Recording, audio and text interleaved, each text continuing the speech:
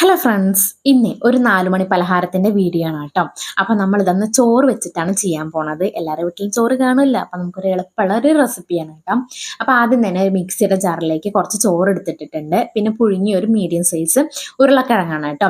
ഇതും ശകലം വെള്ളമൊക്കെ ഒഴിച്ചിട്ട് നല്ല മഷി പോലെ, എങ്ങനെ പറയാ, നല്ല വെണ്ണ പോലെ അരച്ചെടുക്കണം. എന്നിട്ട് നമ്മൾ അതൊരു ബൗളിലേക്ക് മാറ്റുക. പിന്നെ വേണ്ടത് ഇത് നേരത്തെ കാണിച്ച പോലെ കുറച്ച് കൊത്തി അരിഞ്ഞ് സബോളയും, പിന്നെ അതേപോലെ മല്ലിയിലയും കറിവേപ്പിലയും, പിന്നെ എരിവ് ഇഷ്ടമുള്ളവരാണെങ്കിൽ ചെറിയൊരു ഇഞ്ചിയുടെ കഷ്ണം, അതേപോലെ പച്ചമുളക് ചേർക്കാവുന്നതാണ്.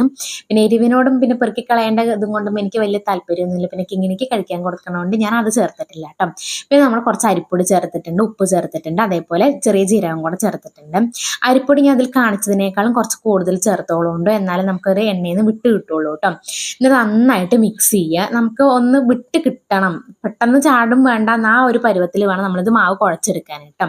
പിന്നെ നമ്മൾ ചട്ടിയിലേക്ക് എണ്ണ ഒഴിച്ചിട്ടുണ്ട്. വെളിച്ചെണ്ണ ആയതുകൊണ്ട് ഞാൻ കുറച്ച് ഒഴിച്ചിട്ടുള്ളൂ, വെളിച്ചെണ്ണയ്ക്ക് എന്താ വില. അപ്പോൾ അതാ കുറച്ച് എണ്ണ ഒഴിച്ച് കൂടുതൽ സമയം എടുത്തിട്ട് നമ്മളിതാ കോരി ചുട്ടെടുത്തിട്ടുണ്ട് കേട്ടോ.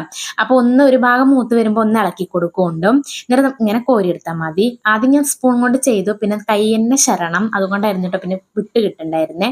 ഇതെങ്ങനെയാന്ന് വെച്ച് കഴിഞ്ഞാൽ നിങ്ങൾ ഈ സൗണ്ട് കേട്ടിട്ട് മനസ്സിലാക്കിക്കോളൂ. നല്ല രസമല്ലേ സൗണ്ട് തന്നെ കേൾക്കാൻ വേണ്ടിയിട്ട്? അതുപോലെ തന്നെ നല്ല ക്രഞ്ചി ആൻഡ് ക്രിസ്പി ആയിട്ടുണ്ടായിരുന്നു കേട്ടോ.